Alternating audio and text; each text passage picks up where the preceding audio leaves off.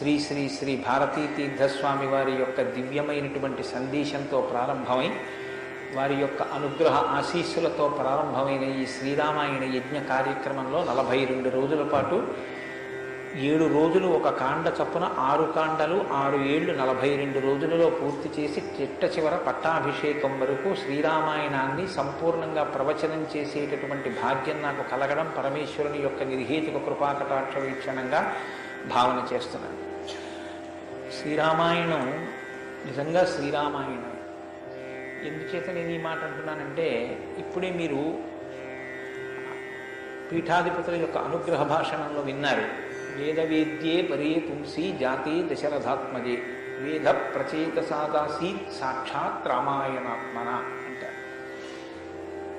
అందులో ఎంత గొప్ప మాట అన్నారంటే, వేదవేద్యే పరే పుంసి, వేదము చేత ప్రతిపాదింపబడినవాడు, వేదము చేత తెలియబడేటటువంటి వాడు, వేదము ప్రమాణముగా ధర్మానుష్ఠానము చేసి మానవ జన్మ తరింప చేసుకుని భగవంతుని యొక్క అనుభవాన్ని మనం పొందడానికి వీలైనటువంటి స్థితిని కలిగి ఉన్నవాడైనటువంటి పరమేశ్వరుడు రామచంద్రమూర్తిగా ఈ భూమండలం మీద అవతరించి 11,000 సంవత్సరములు కరచరణాదులతో నడయాడాడు. రాముడు వేదము చేత ప్రతిపాదింపబడినటువంటి పరమేశ్వర స్వరూపం. ఆ భగవంతుడే రాముడిగా వచ్చాడు. భగవంతుణ్ణి ప్రతిపాదించేటటువంటి వేదం వాల్మీకి మహర్షి నోటి వెంట శ్రీరామాయణంగా వచ్చింది. అందుకే శ్రీరామాయణానికి వేదోపబృంహణము అని పేరు. వేదమే రామాయణం. వేదం దేన్ని ప్రతిపాదిస్తుంది? ప్రధానంగా వేదమంతా ధర్మమే ప్రతిపాదన చేస్తుంది. ధర్మం అంటే ఏమిటి? ధ్రియతేవా జనైరితి ధర్మం అని అమరకోశం.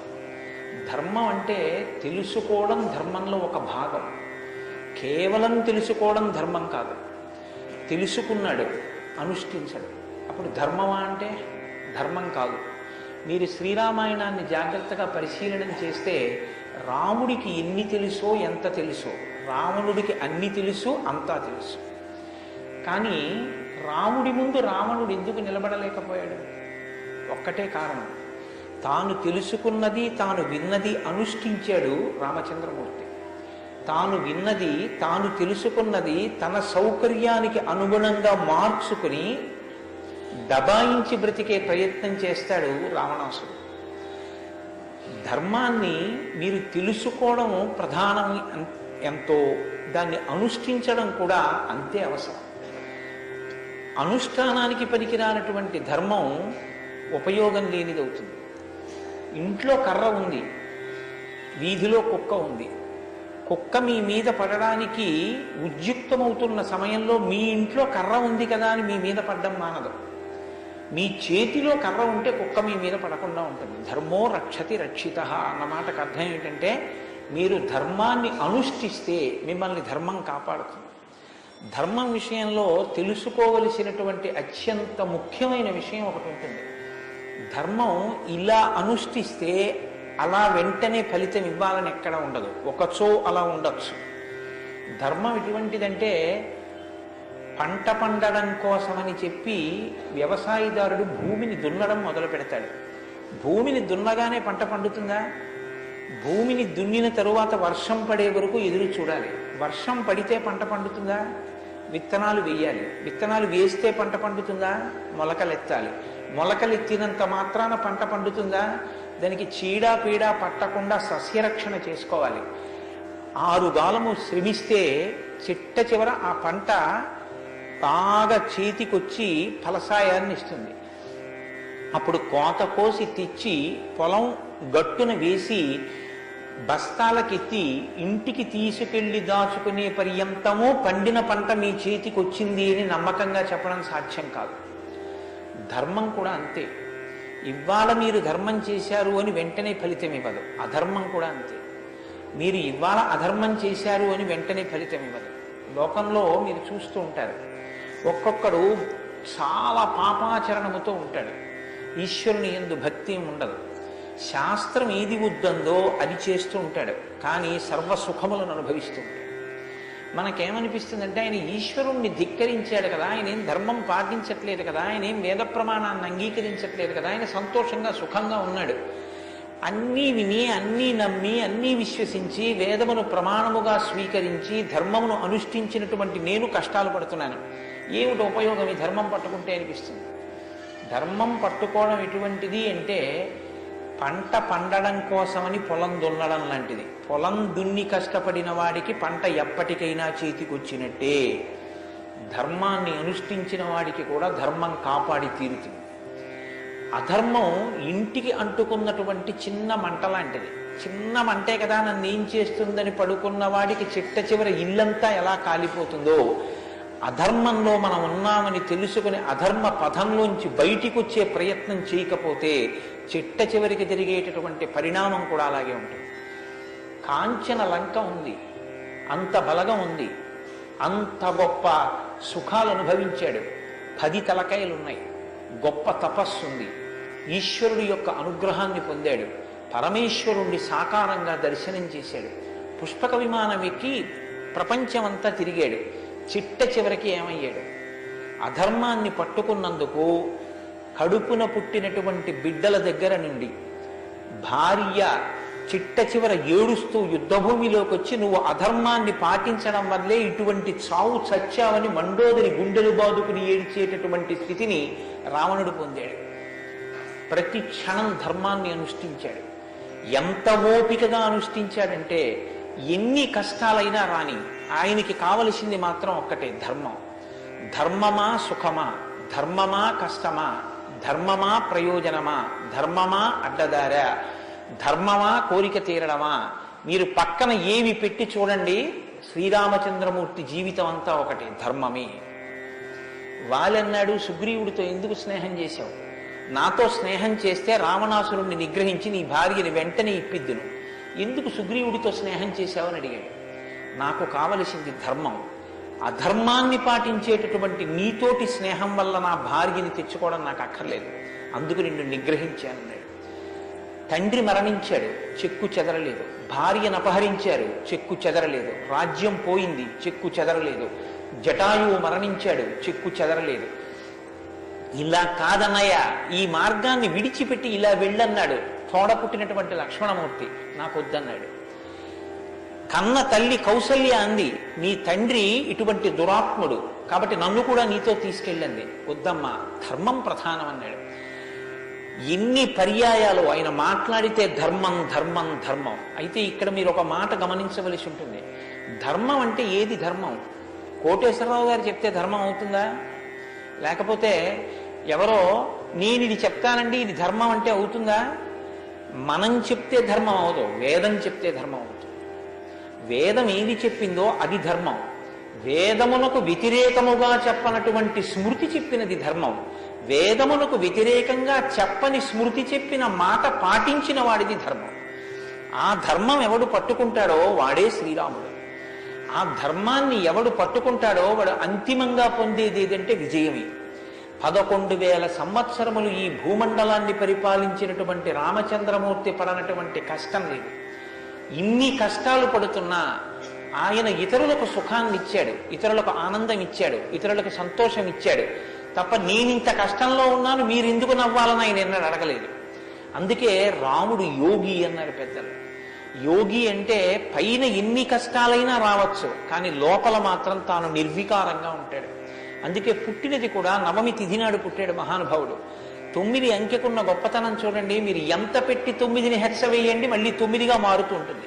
9 ఒకట్ల 9, 9 2 18, 8 1 9, 9 3 27, 7 2 9, 9 4 36, 6 3 9, 9 5 45, 5 4 9. ఏం చేసినా మళ్ళీ 9 అవుతూ ఉంటుంది. ఎన్ని కష్టాలు బయట రానివ్వండి, ఎన్ని వైక్లభ్యాలు కలగనివ్వండి, లోపల మాత్రం రాముడు ఎప్పుడూ ధర్మాన్నే పట్టుకుని ఉంటాడు. ధర్మాన్ని పట్టుకోవడం అంటే రాముడు రామాయణంలో మాట్లాడింది మీరు గమనించాలి. ఎప్పుడైనా రామాయణం చదవడం, రామాయణం వినడం అంటే ఒక్క పర్యాయం అని మీరు అనుకోకండి. రామాయణాన్ని బహుకోణాలలో చదవండి. రాముడు మాట్లాడితే అని రామాయణం చదవండి ఒకసారి. రాముడు ఎప్పుడు నేను ఇలా చెప్తాను అని అనడం. రాముడు ఎప్పుడు చెప్పినా ఎలా చెప్తాడంటే ఋషులు ఇలా చెప్పారంటాడు. పెద్దలు ఇలా చెప్పారంటాడు, శాస్త్రం ఇలా చెప్పిందంటాడు తప్ప నేను ఇలా చెప్తానన్నాడు రాముడు.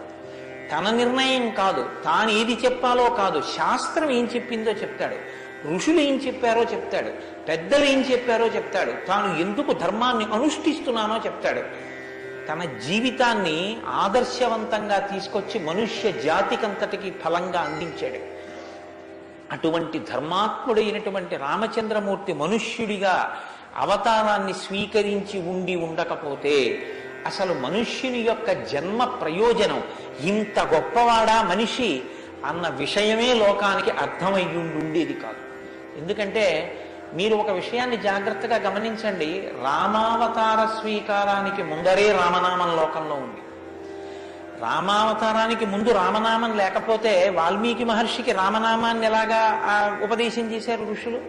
ఆయనకి ఉపదేశం చేసిన తరువాత కదా రామచంద్రమూర్తి అవతారం వచ్చింది. ఆయన వాల్మీకిగా మారిన తరువాత కదా రాముడు పుట్టింది. కాబట్టి రామ అన్న నామం సాక్షాత్తు ఈశ్వరుడి యొక్క నామం. అది రమయతీతి రామ, లోకులనందరినీ రమింపచేసేటటువంటి నామం. అంతటి మహోత్కృష్టమైనటువంటి శీల సంపద కలిగినటువంటి వాడు రామచంద్రమూర్తి. అందుకే రామాయణాన్ని రామచంద్రమూర్తిని ఎంతకాలం మనుష్య జాతి ఆరాధన చేస్తుందో అంతకాలం మానవత్వం బ్రతికుంటుంది.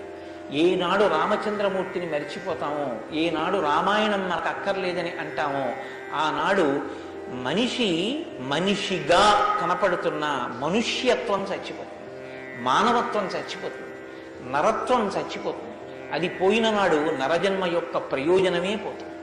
అందుకే మీరు చూడండి, విష్ణువు దశావతారములను స్వీకరించారు.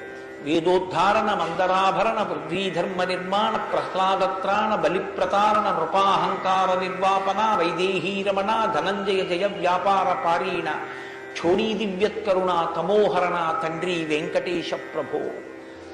ఇన్ని అవతారాలు స్వీకరించినా ఆ అవతార పరిసమాప్తి అయిపోయిన తరువాత మనం పిలిస్తే ఇక లక్ష్మీనారాయణుడిని పిలుస్తాం. ఒక వామనమూర్తి అవతార పరిసమాప్తి అయిపోయింది, ఏమంటాం? లక్ష్మీనారాయణులు. ఒక పరశురాముడు, లక్ష్మీనారాయణులు. ఒక మత్స్యావతారం, లక్ష్మీనారాయణులు. ఒక్క సీతారాముల అవతారంలో మాత్రం యుగాలు మారిపోయినా ఆ అవతారాన్ని సీతారాములనే పిలుస్తాం. భార్యాభర్తలు ఎలా బతకాలో నేర్పినటువంటి అవతారం రామావతారం. అన్నదమ్ములు ఎలా బతకాలో నేర్పిన అవతారం రామావతారం. తండ్రి కొడుకులు ఎలా బతకాలో నేర్పిన అవతారం రామావతారం. ఒక ఉద్యోగి యజమాని ఎలా బతకాలో నేర్పిన అవతారం రామావతారం. చివరికి ఎంత కష్టం కడుపులో ఉన్న రాజారాముడిగా సింహాసనం మీద కూర్చోవలసి వస్తే ప్రజల్ని కన్నబిడ్డల్లా పరిపాలించగలిగినటువంటి, ధర్మాన్ని నిలబెట్టుకోగలిగినటువంటి, సంపూర్ణత్వాన్ని సంతరించుకున్నటువంటి మనుష్య స్థితిని పొందిన అవతారం రామావతారం. మీకు జీవితంలో అనుష్ఠాన పర్యంతంలో ఎక్కడ ఏ విషయం గురించి అనుమానం వచ్చినా మీకు రామాయణం జీర్ణమైతే మీకు వెంటనే శ్రీరామాయణం జ్ఞాపకానికి వస్తుంది. అప్పుడు రాముడు ఇలా ప్రవర్తించాడు అని మీకు జ్ఞాపకం వస్తుంది. రామాయణం మీకు జీర్ణమైతే మీ భాష తీరు మారిపోతుంది. రామాయణం మీకు జీర్ణమైతే మాట ఎంత గొప్పదో మీకు అర్థం అవుతుంది. నేను అందుకే మీకు మనవి చేశాను, రామాయణాన్ని రామాయణంగా చదవకండి అని. రామాయణం జ్యోతిష శాస్త్రం, రామాయణం వాస్తు శాస్త్రం, రామాయణం ధర్మశాస్త్రం, రామాయణం వాక్కు, రామాయణం ధర్మ పరిపాలన, రామాయణం న్యాయం, రామాయణం సామాజిక శాస్త్రం, రామాయణం శకున శాస్త్రం, రామాయణం పర్యావరణం, రామాయణం గురుభక్తి, రామాయణం శిష్యధర్మం. మీ ఇష్టం, ఎలా చదవండి, రామాయణం అలా వస్తుంది. మీకిచ్చినది మట్టి ముద్ద, మీరు దాంతో మూకుడు చేసుకుంటారో, పళ్ళెం చేసుకుంటారో, ప్రమిద చేసుకుంటారో, గిన్నె చేసుకుంటారో, గరిటె చేసుకుంటారో మీ ఇష్టం. రామాయణాన్ని మీరు ఎలా చూడాలనుకుంటే మీకు అలా కనపడుతుంది. శ్రీరామాయణానికి ఉన్న గొప్పతనం ఏమిటంటే వాల్మీకి మహర్షి ఎవ్వరికీ కూడా కితాబులు ఇవ్వరు. రావణాసురుడు దుష్టుడని వాల్మీకి మహర్షి అన్నారు. వాల్మీకి మహర్షి చెప్పేది ఇలా చేశాడని చెప్తారు. తెల్లవారకట్ట లేచాడు, పరస్త్రీ పట్ల కామంతో మనసు కలిగింది. నీకు నచ్చి నీకు కూడా అలా ఉండాలనుకుంటే నీ ఇష్టం, నీ తల కూడా తెగిపోతుంది. నీవు కూడా పుత్రమిత్ర కళత్రాదులతో భంగపాటు పొందుతావు. రాముడు నిద్రలేస్తూనే నదీ స్నానం చేసి సంధ్యావందనం చేశాడు. నువ్వు రాముడిలా ఉండాలనుకుంటే 7 తరాలు తరిస్తాయి. నీకేది కావాలో నువ్వు నిర్ణయించుకో. రాముడు గొప్పవాడని చెప్పరు, రావణుడు తక్కువవాడని చెప్పరు. నువ్వేది తెలుసుకోవాలో అది నువ్వు తెలుసుకొని అనుష్ఠించాలి. అది శ్రీరామాయణం యొక్క గొప్పతనం. అంత గొప్ప అవతారంలో రాముడు ఎప్పుడు మాట్లాడినా ఋషివాక్కుని సమర్థిస్తాడు, రాముడు ఎప్పుడు మాట్లాడినా వేదవాక్కుని సమర్థిస్తాడు, రాముడు ఎప్పుడు మాట్లాడినా ధర్మాన్ని సమర్థిస్తాడు. ఇది మీరు బాగా జ్ఞాపకం పెట్టుకోవాలి. మనం శ్రీరామాయణం వింటున్నది శృంగగిరి పీఠంలో వింటున్నాం. అదేమిటండి పీఠ శాఖ కదా అని మీరు అనొచ్చు. ఆత్మావై పుత్రనామాసి, కొడుక్కి తండ్రికి అభేదం. బింబానికి బింబం ఎందులోంచి వచ్చిందో ఆ బింబం వచ్చినటువంటి లేదా ప్రతిబింబం పుట్టిన బింబం రెండు ఒకటే. అద్దం ముందు నిలబడితే నా ప్రతిబింబం కనబడితే ఆ ప్రతిబింబం బొట్టు పెట్టుకోలేదు అనుకోండి, దిక్కుమాలిన ప్రతిబింబమా బొట్టు పెట్టుకోవద్దా తప్పు కదా అని ప్రతిబింబానికి బొట్టు పెడితే నాకు బొట్టు వస్తుందా? బింబానికి బొట్టెట్టుకుంటే ప్రతిబింబానికి బొట్టు వస్తుంది. బింబానికి ప్రతిబింబానికి తండ్రికి కొడుక్కి గురువుకి శిష్యుడికి అభేదమైతే గుంటూరు శృంగగిరి పీఠ శాఖకి ఎక్కడో కర్ణాటక రాష్ట్రంలో ఉన్న శృంగగిరి పీఠానికి నా దృష్టిలో అభేదం.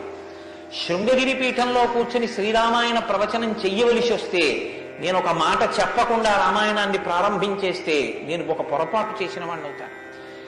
ఇన్ని పీఠాల్ని స్థాపించినటువంటి శంకర భగవత్పాదులు అవతార పరిసమాప్తి చేస్తూ ఒక మాట చెప్పారు. వేదో నిత్యమధీయతాం తదుదితం కర్మస్వనుష్ఠీయతాం. ప్రతిరోజు వేదం చదువుకో. నువ్వు చేసే ఏ కర్మ అయినా వేదం ఎలా చెప్పిందో అలాగే చెయ్యి, అంతేకాని నీ స్వంత బుద్ధితో ఏ పనిని చెయ్యవద్దు. వేదో నిత్యమధీయతాం తదుదితం స్వకర్మస్వనుష్ఠీయతాం దుస్తర్కాస్తు విరమ్యతాం. ఈశ్వరుడు నోరిచ్చాడు కదా అని నీ చిత్తం వచ్చినట్టుగా వాదనలు చేయవద్దు. నువ్వు ఏది మాట్లాడినా శృతిశిరపక్ష స్వనుష్ఠీయతాం. ఉపనిషత్తులు ఏం చెప్పాయో వేదం ఏం చెప్పిందో దాన్ని సమర్థించడానికి నీ వాగ్బలాన్ని ఉపయోగించు. అంతేకాని ఈశ్వరుడు వాక్కు ఇచ్చాడు కదా అని నీ ఇష్టం వచ్చినట్టు నువ్వు మాట్లాడితే చూడలేదు లెక్క కట్టుకోలేడని నువ్వు అనుకోవద్దు. లెక్క కట్టేవాడు ఒకడున్నాడు. మీరు చూడండి, 84 లక్షల జీవరాశులు ఈ ప్రపంచంలో ఉన్నాయి. 84 లక్షల జీవరాశుల్లో 83,99,999 జీవరాశులకు వాక్కు లేదు. ఒక్క నరజన్మకే వాక్కు ఉంది. మళ్ళీ ఈ నరజన్మలో కొంతమంది మాత్రమే ఆ మాట చెప్పగలరు. కొంతమంది నరులుగా జన్మించిన నోరు విప్పి రామా అని గట్టిగా అనరా అంటే రామా అని అనలేరు. అది వారి దురదృష్టం. కానీ మనం భగవన్నామమును పలకగలం. భగవన్నామం పలికి తరించగలిగినటువంటి భాగ్యం మనకుంది. హరునకు విభీషణున కద్రిజకున్ తిరుమంత్రరాజమై కరికి నహల్యకున్ ద్రుపద కన్యకు నాత్తి హరించు చుట్టమై బరగిన ఎట్టి నీ పతితపావన నామము నాదు జిహ్వపై నిరంతరము నటింపచేయుమి కదా చరది కరుణాపయోనిధి అని వేడుకున్నాడు గోపరాజు గారు. నాకేం అక్కర్లేదయ్యా స్వామి, నీ నామం నా నాలుక మీద నర్తింపచేయవయ్యా చాలన్నాడు. పవి పుష్పంబగు అగ్ని మంచగు నాకోపారం భూమిస్థలంబగు శత్రుండతిమిత్రుడవు విషము దివ్యాహారమౌనెన్నగా అవనీమండలి లోపలం శివ శివేచ్ఛాభాషణోల్లాసకిన్ శివ నీ నామము సర్వవస్యకరమౌ శ్రీకాళహస్తీశ్వర. నాకు నీ శివనామం నా నాలుక మీద నర్తించాలని కోరుకున్నాడు ధూర్జటి. భగవన్నామం చెప్పుకుంటే చాలని ఆ నామం ఉన్నందుకు వెంపర్లాడారు. అంత్యకాలమునందు ఆయాసమును నిన్ను తలుచునో తలపనో తలతునిపుడి నరసింహ నరసింహ నరసింహ లక్ష్మీ చ దానవంతక కోటి భానుతేజ గోవింద గోవింద గోవింద సర్వేశ పన్నగాధిపశాయి పద్మనాభ అని 2 చేతులిచ్చి నమస్కారం చేసి చిట్ట చివర ప్రాణం పోయేటప్పుడు ఆవేళ యమదూతల అగ్రహంబున వచ్చి ప్రాణములు పెకలించి పట్టునప్పుడు కపవాత పైత్యములు కప్పగా శ్రమచేత కంపముద్భవమంది కష్టపడుచు నారాయణాయంచు నా జిహ్వతో నిన్ను పిలుతునో శ్రమచేత పిలువలేనో నాటికిపుడి నీ నామస్మరణ చేతు చివినిడవయ్య భూషణ వికాస శ్రీధర్మపుర నివాస దుష్ట సంహార నరసింహ దురిత దూరాన్ని గుండెలు బాదుకున్నాడు నరసింహశతక కర్త. ఆ భగవన్నామం పలికేటటువంటి భాగ్యం ఉన్న ఏకైక ప్రాణి సృష్టిలో కేవలం మనుష్యుడే. అటువంటి మనుష్యుడికి ఇచ్చినటువంటి అదనపు వరం భగవత్ కథాశ్రవణం. ఈశ్వర కథ వినగలడు. ఆ ఈశ్వర కథ వింటేనే సమస్త సంసార భ్రమణ పరితాపోపశమనం అంటారు శంకర భగవత్పాదులు. గలంతి శంభోత్పచ్చరిత చరిత కిల్బిచరజో దళంతి ధీకుల్యాస్తరతి పతంతి విజయతాం దిశంతి సంసార భ్రమణ పరితాపోపశమనం వసంతి మచ్చేతో హృదవు విశివానందలహరి అంటారు. సంసార భ్రమణ పరితాపోపశమన కారణమైనటువంటి భగవంతుని యొక్క కథాశ్రవణము చేసి నోటితో జుర్రుకున్నటువంటి పదార్థాలు సప్తధాతువులతో నిర్మింపబడిన ఈ దేహాన్ని పోషిస్తే భగవంతుని యొక్క కథని చెవులతో జుర్రుకున్నటువంటి వాడు మళ్లీ పుట్టవలసిన అవసరం లేకుండా పునరపి జననం పునరపి మరణం పునరపి జనని జఠరే చయనం నిహతంతారే బహురుస్తారే కృపయాపారే పాహి మురారే అని ఆ భగవన్ నామామృతాన్ని చెవులలోంచి లోపలికి జుర్రుకున్నటువంటి వాడు పునరావృత్తి రహిత శాశ్వత శివ సాయుధ్య స్థితిని పొందగలుగుతున్నాడు. ఇటువంటి భాగ్యం కలిగినటువంటి ప్రాణి మనుష్యుడు.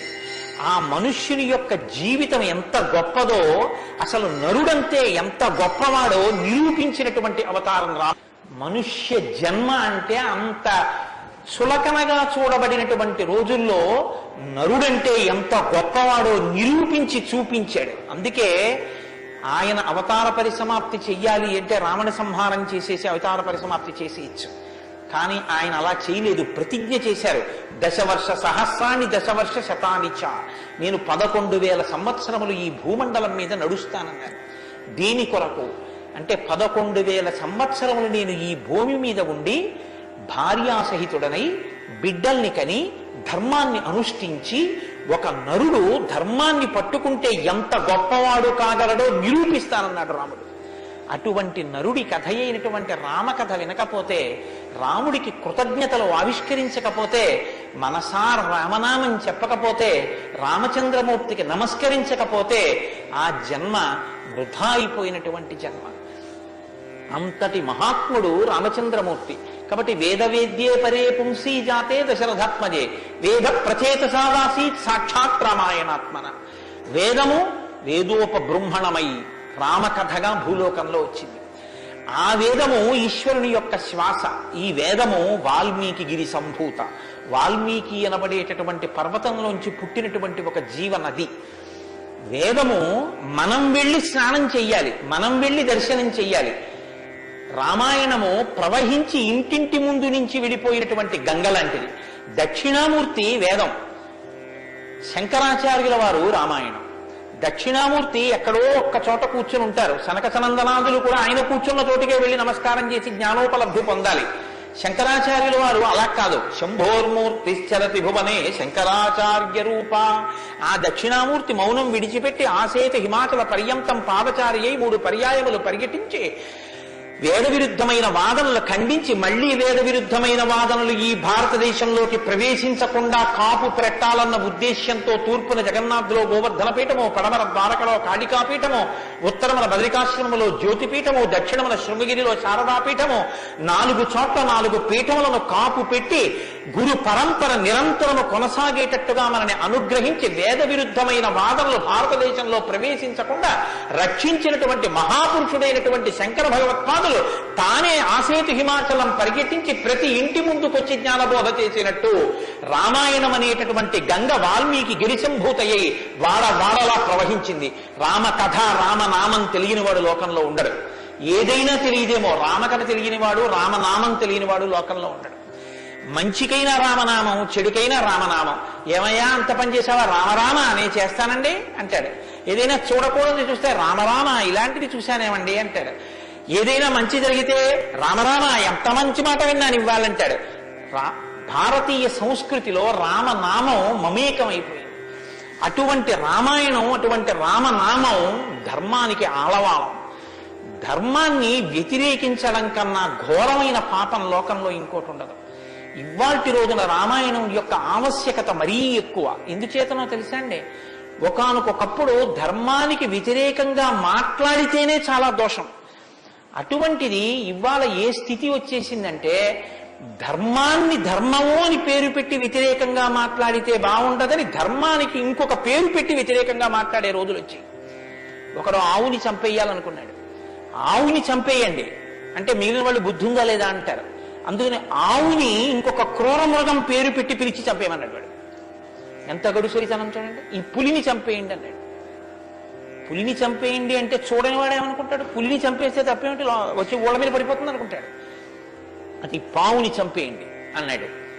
విన్నవాడు పావు అనుకున్నాడు, కనదు ఆవు. ఆవుని చూపించి పావుని చంపేయండి అన్నాడు. వాడికి తెలియదా ఇది ఆవు అని? తెలుసు. మరి ఆవుని చంపేయండి అని ఎందుకండవు అంటే, ఆవుని చంపేయండి అంటే ఆవుని చంపడం ఏమిట్రా అంటారని పావుని చంపేయండి అన్నాడు. తెలిసి ధర్మాన్ని ఆచరించకండి అంటే జనం తిరగబడతారని మూఢ విశ్వాసాల జోలికి వెళ్ళకండి అంటున్నాడు. పేరు మార్చారు, కానీ వ్యవస్థని ధర్మానికి దూరం చేస్తున్నారు. ఆ స్థితి నుంచి మనం రక్షింపబడాలంటే మనకున్న ఆధారం ఒక్కటే, శ్రీరామాయణాన్ని వినాలి, శ్రీరామాయణాన్ని బాగా తెలుసుకోవాలి, శ్రీరామాయణాన్ని తరచి తరచి గమనించాలి. రామాయణం మనకి తెలుసున్న రామకథే కదా అనుకోకండి. నేను మీకు యథార్థం మనవి చేస్తున్నాను.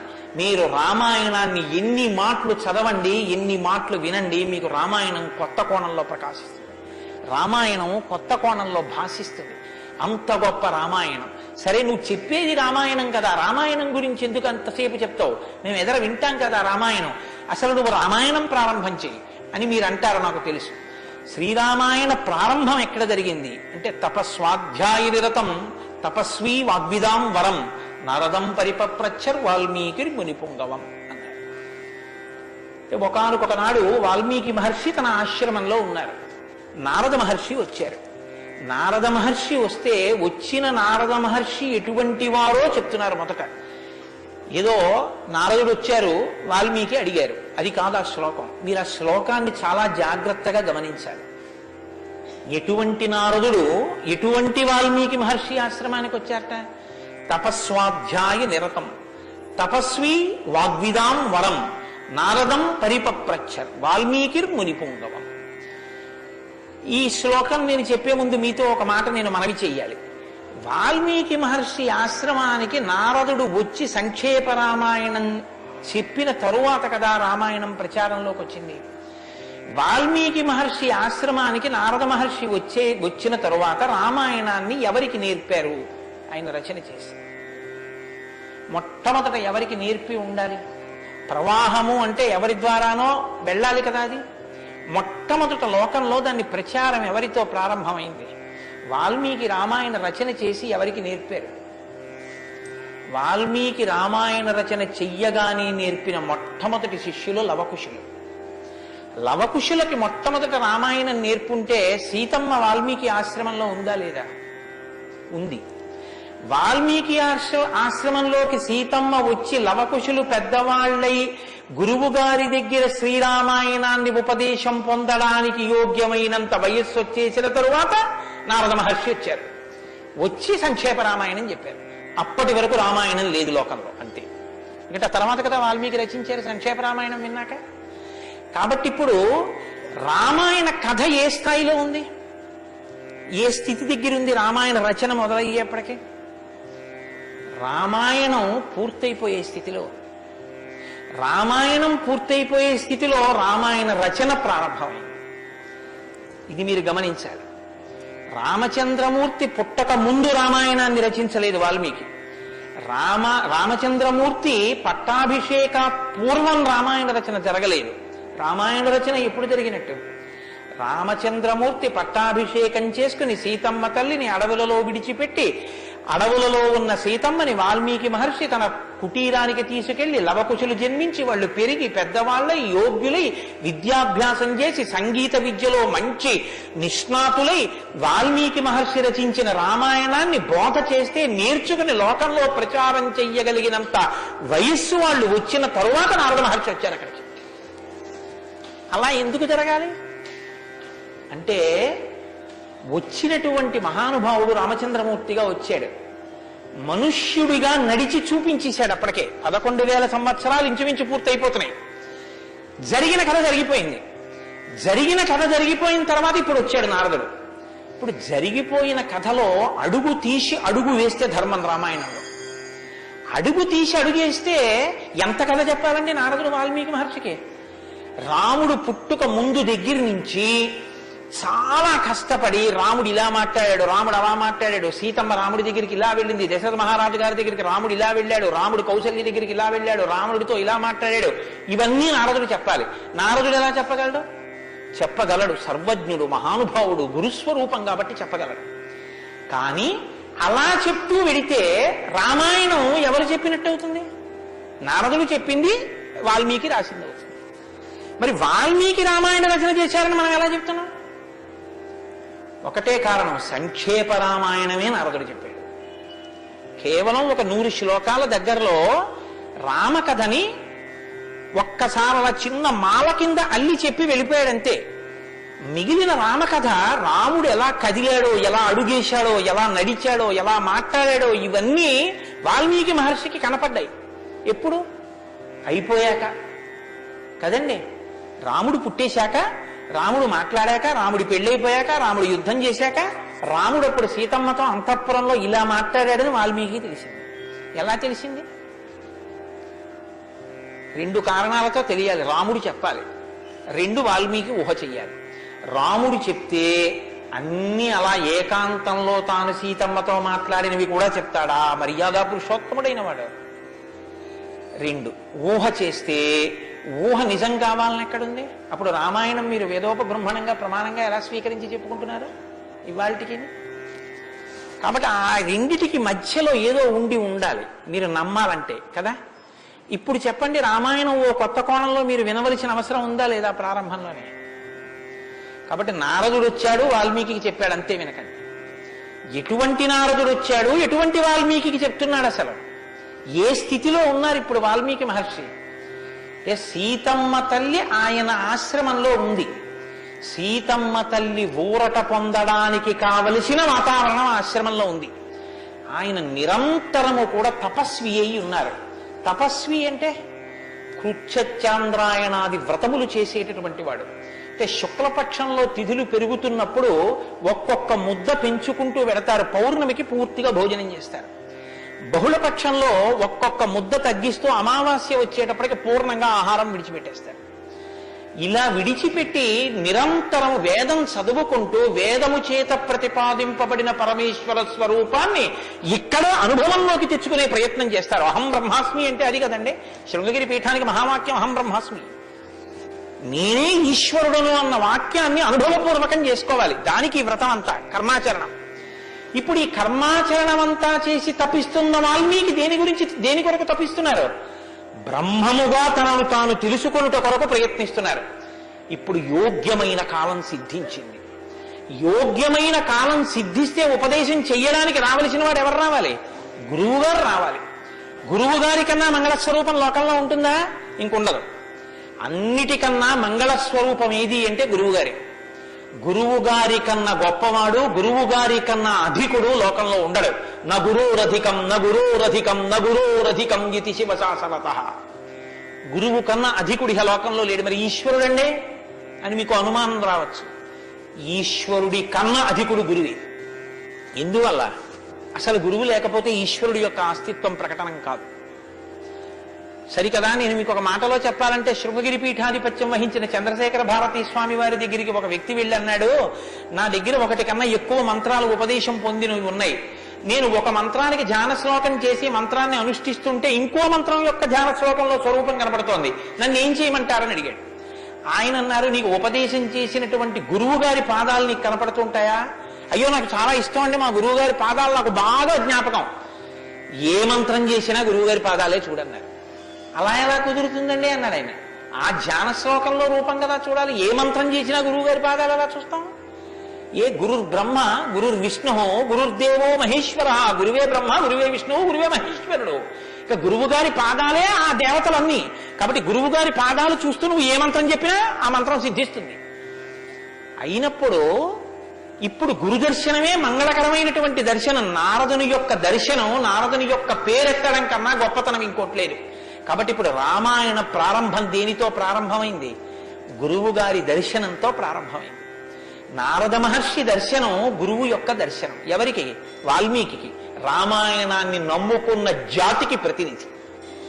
మనకే దర్శనంతో ప్రారంభమైంది? జగద్గురు దర్శనంతో మనకి ప్రారంభమైంది. కాబట్టి ఇప్పుడు ఎవరొచ్చారు? ఆ వచ్చినటువంటి వ్యక్తి సామాన్యమైనటువంటి వ్యక్తి రాలేదు, నారదుడు. ఆ వచ్చినటువంటి వారు మహానుభావుడై తపస్వాధ్యాయ నిరతం, నిరంతరము తపస్సు చేసేటటువంటి వారు. మీతో మాట మనవి చేశాను. తపస్సు అంటే ఈ వ్రతమును ఆచరిస్తూ నిత్య నైమిత్తిక కర్మలను వైక్లభ్యం లేకుండా అనుష్ఠించేటటువంటి వారు. నిత్య కర్మ అని ఒకటి ఉంటుంది, అది ఎప్పుడూ మానడానికి వీల్లేదు. సంధ్యావందనం ఉంది, ఎప్పుడూ మానకూడదు, ఎప్పుడూ చేయవలసిందే. నైమిత్తిక కర్మ ఉంది, ఒక్కొక్క తిథి నాడు ఒక్కొక్కటి చెయ్యవలసి ఉంటుంది. శ్రీరామ నవమి వచ్చిందనుకోండి, ఏం చెయ్యాలి? శ్రీరామనవమి నాడు ఉదయం నుంచి రాత్రి వరకు శ్రీరామ జయ రామ జయ జయ రామ అన్న 13 అక్షరాల మంత్రాన్ని రాత్రి వరకు చేసి, రాత్రి ప్రదక్షిణం చేసి, ఉపవాసం చేసి, మరునాడు ఉదయం ఎక్కడ మీరు ఈ మంత్రం చేశారో అక్కడికి వచ్చిన తరువాత శ్రీరామ పట్టాభిషేక సర్గ, శ్రీరామావతార సర్గ, ఈ 2 సర్గలు పారాయణ చేయాలి. ఈ 2 పారాయణ చేసి, మన శ్రీరామనవమి నాడు మేము కాకినాడలో అయ్యప్ప స్వామి దేవాలయంలో చేశాం. అవి ఈ 2 సర్గలు పారాయణ చేసి, తదనంతరం ముందు పేదలకి అన్నదానం నారాయణ సేవగా చేసి, తరువాత తాను ఆహారం స్వీకరించాలి. అది శ్రీరామనవమి నాడు చేయవలసినటువంటి విధానం. దీన్ని నైమిత్తిక తిథి ఆచరణము అంటారు. ఒక్కొక్క తిథి ఒక్కొక్కలా చెయ్యాలి. నిత్యకర్మ చేస్తూ, నైమిత్తిక తిథులను చేస్తూ, కృత్యశ్రాంద్రాయణాది వ్రతములను చేస్తూ, ఎప్పుడూ వేదాన్ని అలా చదువుకుంటూ, వేదము చెప్పినటువంటి హృదయాన్ని, వేదము చెప్పినటువంటి మంత్రములలో ఉన్న సారమును అవగతం చేసుకుని బ్రహ్మమును అనుభవంలోకి తెచ్చుకునేటటువంటి ప్రయత్నం చెయ్యడానికి ఉపకరణంగా ఈ శరీరాన్ని వాడుకుంటున్నవారు. ఎంత తేడా ఉందో మీరు గమనించండి. మనం ఏం చేస్తామంటే, ఈ శరీరాన్ని పోషించి ఈ శరీరము వలన ఎన్ని సుఖములు పొందవచ్చో అన్ని సుఖములను పొందడానికి సాధనంగా దీన్ని వాడతాం. ఇది ఎందుకు అంటే, దీంతో అబ్బో ఎన్ని రుచులు చూస్తాడో, దీనికి ఎన్ని స్పర్శ సుఖాలు ఇస్తాడో, దీంతో ఎన్ని వినకూడనివి వింటాడో, దీంతో ఎన్ని పీల్చకూడనివి పీలుస్తాడో.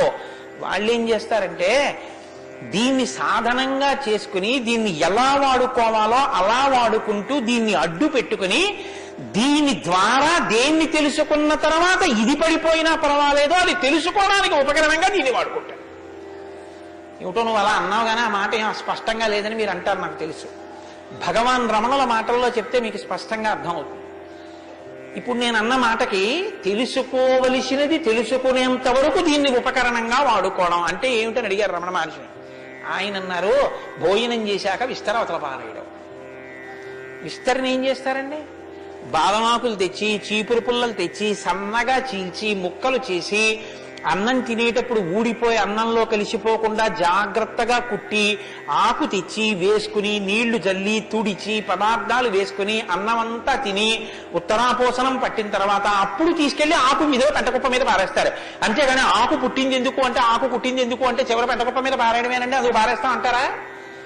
దేనికి వాడుకోవాలో దానికి జాగ్రత్తగా వాడుకుని ఆ ప్రయోజనం అయిపోయిన తరువాత పెంటకుప్ప మీద విస్తరాకుని పడేసినట్టు దీన్ని సాధనంగా చేసుకుని, దీనిలో ఉండి దీనితో తరించి, దీనిలో ఉండి దీని వలన బ్రహ్మం అంటే ఏమిటో తెలుసుకుని అనుభవంలోకి వచ్చిన తర్వాత ఇది పడిపోతున్నా ఇది నేను కాదన్న సత్యం ఎరుకలోకి రావడం వల్ల దీని మీద భ్రాంతి లేకుండా ఇది పడిపోతున్నా సాక్షిగా చూసి, ఇది పడిపోయిన తర్వాత తాను ఒకటి ఏది మారని సత్యమో సత్యంగా నిలబడిపోవడాన్ని నిత్య నైమిత్తిక కర్మాచరణ చేత తాను పొందవలసిన స్థితిని పొందగలిగినటువంటి తపస్వాధ్యాయ నిరతుడు అని పిలుస్తారు.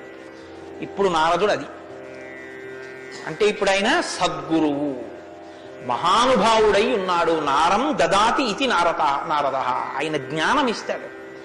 కాబట్టి ఇప్పుడు తపస్వాధ్యాయ నిరతం అటువంటి వారు ఎక్కడికి వచ్చారు? వాగ్విదాం వరం. ఆయన ఎటువంటి వాడు? వాగ్విద. వాక్ అంటే వేదం, వాక్ అంటే బ్రహ్మం, విదుడు అంటే తెలుసుకున్నవాడు. విద్దన్న ధాతువులోంచే వేదము అన్న మాట వచ్చింది. ఏది తెలుసుకున్న తర్వాత ఇంకొకటి తెలుసుకోక్కర్లేదో అది వేదం. ఇప్పుడు తెలుసుకోవడం ఒకెత్తు, తెలుసుకున్న దాన్ని అర్థమయ్యేటట్టు చెప్పగలిగిన ప్రజ్ఞ ఒకెత్తు. ఒక ఆయన తెలుసుకున్నాడు కానీ ఆయన చెప్పలేడు, ఆయన చెప్తే అయోమయంగా ఉంటుంది. ఒక ఆయన స్పష్టంగా చెప్పగలడు, తాను అనుభవించాడు, అనుభవించిన దాని వైపుకి మిమ్మల్ని తిప్పగలడు. ఈ ప్రజ్ఞ ఉన్నవాడు కాబట్టి వాగ్విదాంవరః, బ్రహ్మమును బాగా తెలుసుకున్న వాళ్ళల్లో శ్రేష్ఠుడైన వాడు తాను తెలుసుకుని శిష్యుల్ని ఉద్ధరించడం కోసం కిందికి దిగొచ్చి మాట్లాడగలిగినటువంటి ప్రజ్ఞ కలిగిన వాడు. ఇటువంటి వాగ్విదాంవరం నారదం. అటువంటి నారదుణ్ణి ఎవరు ప్రశ్నించారు? ఇప్పుడు అడిగినవాడు వాల్మీకి మహర్షి. ఆయనటువంటి వారు తపస్వి, తపస్సు చేస్తున్నవారు. తపస్సు అంటే నేను మీకు ఇందాక చెప్పాను, బ్రహ్మమును తెలుసుకోవాలని తాపత్రయంతో ఉన్నటువంటి వారు, భావన వ్యగ్రతతో ఉన్నవారు. ఈయన నారదుణ్ణి అడిగారు. ఏమని అడిగారు? అయ్యా మీరు వచ్చారు, చాలా సంతోషం అండి, నాకు ఏ ఆపదలు రాకుండా మా అబ్బాయికి ఉద్యోగం వచ్చేటట్టు, నాకు సంతోషంగా ఉండేటట్టు, మా ఆశ్రమంలో ఆవులన్నీ ఎప్పుడు పాలిచ్చేట్టు చూడండి అని అడగలేదు ఆయన. ఆయన ఒక చిత్రమైన ప్రశ్న ఒకటి వేశాడు. అది లోకంలో సాధారణంగా ఎవ్వరూ అడగని ప్రశ్న. అందుకని రామాయణం పుట్టింది, లేకపోతే రామాయణం పుట్టే అవకాశం లేదు. మీరు ఒకటి బాగా జ్ఞాపకం పెట్టుకోండి, జ్ఞానం ఎక్కడి నుంచి పుడుతుంది అంటే ప్రశ్న చక్కగా వెయ్యగలిగినటువంటి శిష్య ప్రజ్ఞలోంచి పుడుతుంది. నేను నారదం పరిపప్రచ్ఛ, పరిప్రశ్న చేశారు. ప్రశ్న అంటే అడగడం అండి. నేను ప్రశ్న వేశానండి అంటే అర్థం ఏంటి? నేను మిమ్మల్ని అడిగాను అని. పరిప్రశ్న అంటే ఇది బాగా అర్థం చేసుకోవాలి. నారదుణ్ణి పట్టుకుని ఏదో అడిగేస్తే ఆయన ఏం చెప్పడలాగా, పరిప్రశ్న చేస్తే చెప్పాడు ఆయన. పరిప్రశ్న అంటే, ప్రశ్న అంటే అడగడం, పరి అంటే, పరి అన్న మాట ముందు కలిపారు మహర్షి. పరి అంటే బాగా జ్ఞాపకం పెట్టుకోండి. ఇప్పుడు నేను ఎవరిని అడుగుతున్నానో ఆ మహానుభావుడు నోరు విప్పి చెప్పినటువంటి మాట త్రికాలముల యందు సత్యమే. ఆయన చెప్పిన మాట మీద నాకు అవిశ్వాసం అన్న మాట ఉండక్కర్లేదు. ఆయన అన్నారు అంటే అది జరిగి తీరుతుందంతే. ఆయన చెప్పింది చేస్తే ఆ ఫలితం వస్తుందంతే. ఆయనటువంటి శక్తివంతుడు. ఈ నమ్మకం మీకు ఉండి అడగడం మొదలు పెడితే శ్రద్ధ, పరిప్రశ్నకి ముందే ఉంటుందో తెలుసా అండి? శ్రద్ధ ఉంటుంది. శ్రద్ధ లేకుండా వినయం ఎలా వస్తుందండి? మీరు నాకు చెప్పండి. ఇప్పుడు నేను ఒక ఆయన దగ్గరికి వెళ్ళి ఇలా అయ్యా నమస్కారం అండి అని ఇలా ప్రణిపాతం చేసి నేల మీద పడి ఎంతో ఇదిగా రెండు చేతులు ఇలా చాపి అయ్యా మీరు నాకు దయచేసి అనుగ్రహించి ఇది చెప్పాలని ఎందుకు అడుగుతాను? ఆయన శక్తివంతుడని నేను నమ్మితేను.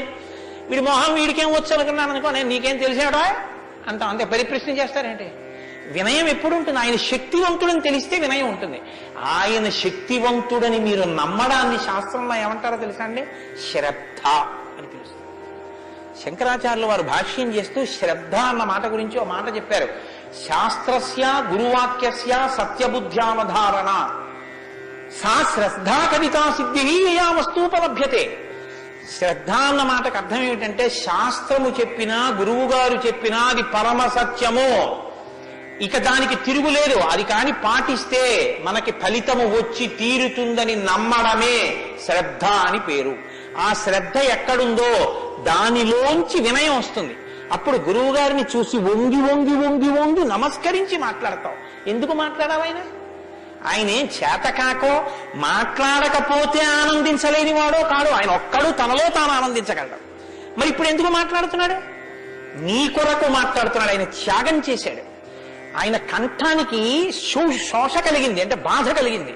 ఆయన ఊపిరికి ఘర్షణ కలిగింది. ఆయన శరీరానికి చెమట పట్టింది. దేని కొరకు?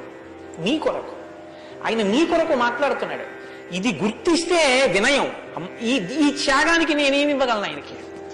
ఈ కృతజ్ఞతాభావంతో నువ్వు నిలబడగలిగితే, అలా నువ్వు ప్రశ్నించగలిగితే పరిప్రశ్న అంటారు. ఇప్పుడు నారదం పరిపప్రచ్ఛ ఇలా ప్రశ్న వేశాడు తప్ప ఏదో ప్రశ్న వేస్తే రామాయణం వచ్చిందని మీరు అనుకోకండి. పరిప్రశ్న చేస్తే రామాయణం వచ్చింది. ఇప్పటి వరకు నారదుడు ఏం మాట్లాడలేదు. మీరు బాగా గమనించండి. వచ్చాడంతే. లోపలికొచ్చారు, వాల్మీకి మహర్షి చూశారు.